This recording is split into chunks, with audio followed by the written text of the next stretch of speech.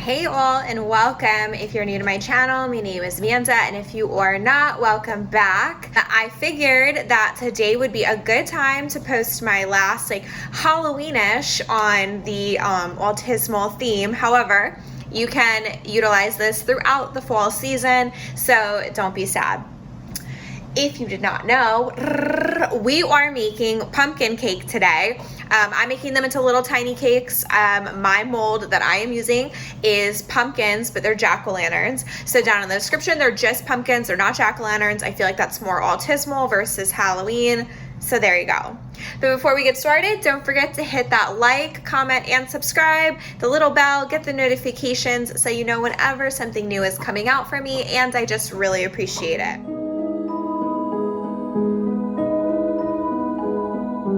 Today's recipe is all allergen free, so if you have children that have food allergies or you have food allergies, this is gluten free, it's vegan, there is no nuts.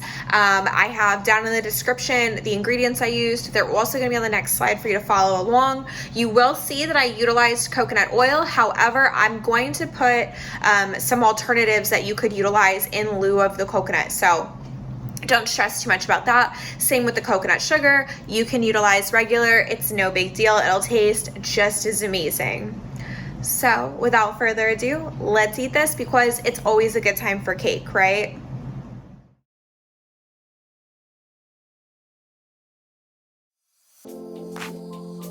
And here is my little silicone mold that I'm using. The jack-o'-lanterns are so cute, but of course the ones you get won't have one. And I want you to have a large mixing bowl and then a small to medium one. We're gonna start with our dry ingredients in the small bowl, so you don't need the big one just yet. And don't forget to preheat your oven to 350. So I'm going to be doing about a cup, a little over, of my 1-to-1 gluten-free flour. So you'll see me grab like a couple tablespoons as well. You want it over 1 cup. And you want to make sure you kind of bang it so it's not any clumps or anything like that, because those are yucky. And then we're going to grab some baking powder and put that in, because again, we're doing all the dry ingredients first, mixing them in together. So make sure you measure that out. And then we're going to use some salt. I don't have regular table salt, so you'll notice I'm using the Himalayan pink. You don't need to get that fancy, just regular salt will do fine. After the salt, we want to grab our cinnamon because it is the perfect addition to pumpkin anything. So go ahead and put your cinnamon in there. And definitely don't overdo it on the spices, guys. You will regret it. Then we have pumpkin pie spice. We don't need a ton of this because there is cinnamon in it, and we obviously already put cinnamon in. But yes, guys, use both. Trust me, it adds such great flavor. And then we're gonna mix up all the dry ingredients. So just mix them really good so that they're blended very nicely. Usually when you don't see one definitive, it's pretty well mixed. Mix it by hand, by the way, don't use a mixer. Put it off to the side and then grab your giant bowl. We are gonna do our wet ingredients now, but in the end, everything will go in here. So I'm using the coconut sugar. Again, look in the bottom. If you are allergic to coconut, I have some alternatives that you can utilize in lieu of coconut sugar. So we're gonna go ahead and pour that in. And our next ingredient is coconut oil. It's refined. And see how it's melted, guys? People will tell you not to do that. I'm telling you to do it. Just trust me, it will help the sugar disintegrate better. A lot of people will say do not use melted oil because it's too warm for the ingredients. It's fine in this case. Trust me, it'll disintegrate and make it so good. And then I'm gonna use the leftover oil here, watch, to line my pan so that it doesn't stick. Then we have maple syrup.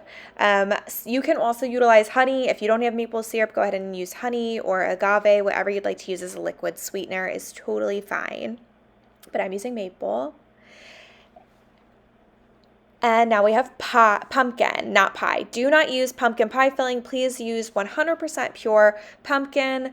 The pie filling one has so many added things. It's not going to taste right. You want the pure pumpkin.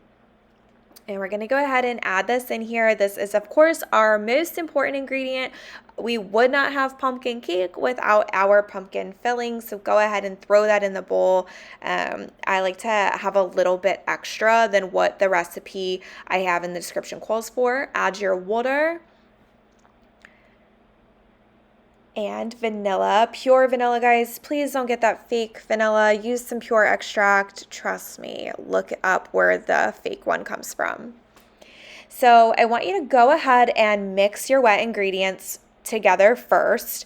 So get them nice and blended in there. And again, if you used nice melty sugar or melty oil, your sugar should be pretty easy to mix in with everything else. And once that is good and mixed, we are going to utilize the dry ingredients. So you're going to gently pour the dry ingredients on top of the wet ingredients. Don't just dump it in. You'll have a mess. Just lightly put it on there on top of the wet ingredients, and then utilize a spatula first. Fold it in. Trust me, you will have a mess otherwise. Gently fold in the dry ingredients with the wet. Once you kind of have them blended just a bit, you can go ahead and grab the whisk and actually like mix them nice and good. Then take a tablespoon and go ahead and put them into your silicone mold. If you don't have one, like I said in the description, you can utilize a cupcake pan as well. I just thought that this was so fun. I just really wanted to utilize it, and I thought it was so cute. And I'm just such a sucker for the holidays. I don't know, anything to be festive is fun for me. So go ahead and put those in there. Fill them up. Because they are gluten-free and vegan, the rising is different. Fill them up, trust me on this one. And I'm gonna put the silicone mold on a pan before I put it in the oven. And then this is just something I wanted to share with you all. I have these silicone lids. I don't like using plastic wrap. I try to reduce waste. And so I came across these and I just wanted to share. This silicone lid, look, it stretches. I'm not done with my pumpkin. Look at that. Stretches perfectly, has little tabs upside down, doesn't come off. I'm in love, so I just wanted to share. I have them for bowls as well. They come in all different sizes. I'll link them below. Finally ready. So this is how they turned out. I probably should have smoothed them when I put them in the mold, but I don't know. Can you see their little faces? I feel like you can see this one. They're so cute. I think they might be better if you use like a light cake, like a yellow cake or a white one. But I am in love with these little molds. I don't know if you can really see the detail on here, but I think they're adorable. This little smile. All right, guys, thank you so much for joining me. I hope you enjoy your cake as much as I enjoy it. And it's even more fun because it's shaped like a little pumpkin. You can't go wrong. Thank you so much for joining me, and I hope to catch you next time.